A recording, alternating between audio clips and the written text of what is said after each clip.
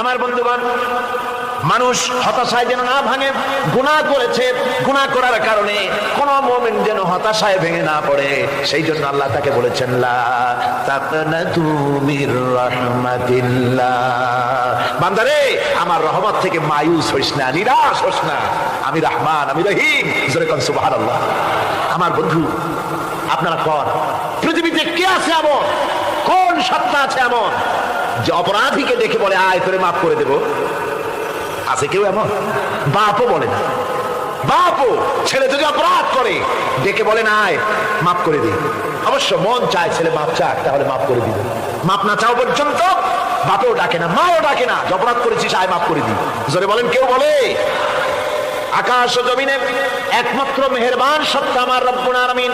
মানুষ যখন গুনাহ করে রব্বুল আলামিন বলে বান্দারে গুনাহ করেছিস আমার সামনে আয়, গুনাহ মাপ চা, চোখের পানি ফেলাম, যত বড় গুনাহ তোর হোক না কেন আমি রব্বুল আলামিন তোর গুনাহ খাতাকে মাফ করে দেব। কিভাবে মাফ করব?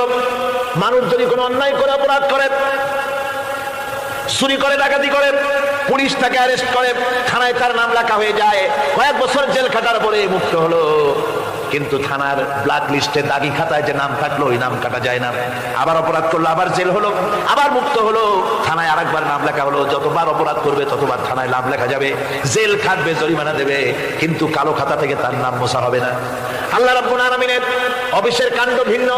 কোন মানুষ যদি অপরাধ করে, গুনাহ করে যদি রব্বুল আলামিনের দরবারে বিনীতভাবে মাপ চায়, আল্লাহ রাব্বুল আলামিন বলেন শুধু গুনাহ মাফ করি না, গুনার খাতা থেকেও নামটা আমি আল্লাহ তোমার মুছে ফেলে দেই। কোন আমার কাছে মাপ চাও, আমি আমাকে ডাকো, আমি তোমার কাছে আছি। ওয়াইদা সাআলাকা ইবাদি আন্নী ফাইন্নী করিব। আল্লাহ পাক বলে বান্দা যখন আমাকে ডাকে আমি বান্দার একদম নিকটে, তার ঘাড়ের চাইতেও নিকটে। ওয়া নাহানু আকরাবু ইলাইহি মিন হাবলিল ওয়ারিদ। আমি আমার বান্দার সারা যে রগের উপরে তার মাথা, এর থেকেও আমি আমার বান্দার বেশি নিকটে। সুবহানাল্লাহ পড়ে। আমি তোমার কাছে, আমার কাছে মাপ চাও, যত বড় গুনাহ হোক। ওয়াকালা রাব্বুকুম উদউনি আস্তাজিব লাকুম। তোমার প্রভু তোমাকে ডেকে বলেছে আমাকে ডাকো, আমি মাফ করে দেবো। সুবহানাল্লাহ।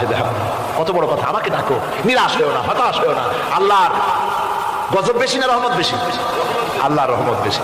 হাদিসে কুদসির ভিতরে এসেছে আল্লাহ পাক বলেছেন কোন বান্দা যদি আমার দিকে এক বিগত অগ্রসর হয়, আমার রহমত তার দিকে এক হাত এগিয়ে যায়।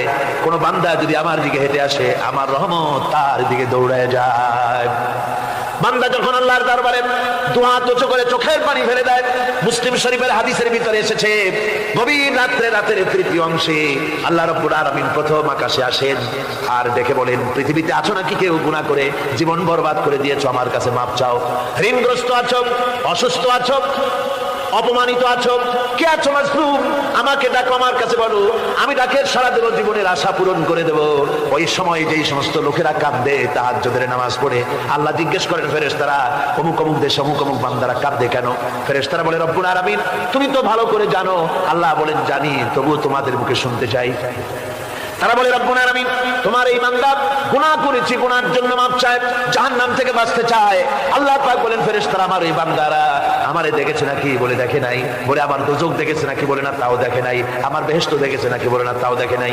আল্লাহ পাক বলেন ফেরেশতারা সাক্ষী থাকো, ওরা আমাকে দেখে নাই, আমার বেহেশত দোজখ কিছুই দেখে নাই, শুধুমাত্র আমার নবীর কথা, আমার কোরআনের কথা বিশ্বাস করে আরামের ঘুমকে হারাম করে যেভাবে তারা কাঁদতেছে, সাক্ষী থেকে যাও ফেরেশতারা আমার রহমতের দরিয়ায় জোশ মেরেছে, আমার ওই ক্রন্দনরত বান্দাগুলিকে আমি আল্লাহ মাফ করে দিলাম।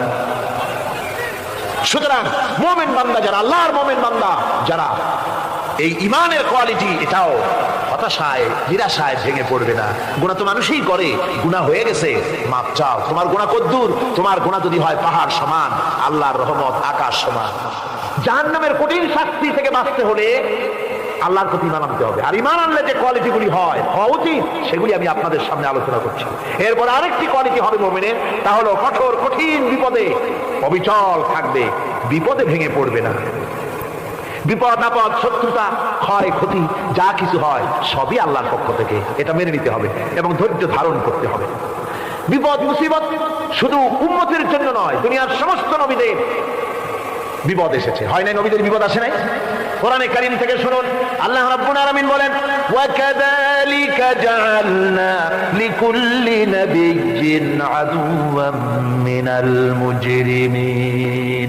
আল্লাহ পাক বলেন, এমনি করে আমি সকল নবীদের শত্রু বানিয়ে দিয়েছি সব পাপিষ্ঠ আর অপরাধ প্রবণ লোকদেরকে। প্রত্যেক যুগে নবীদের শত্রু ছিল, প্রত্যেক যুগে নবীদের কি ছিল? শত্রু ছিল। সে শত্রু কারা ছিল?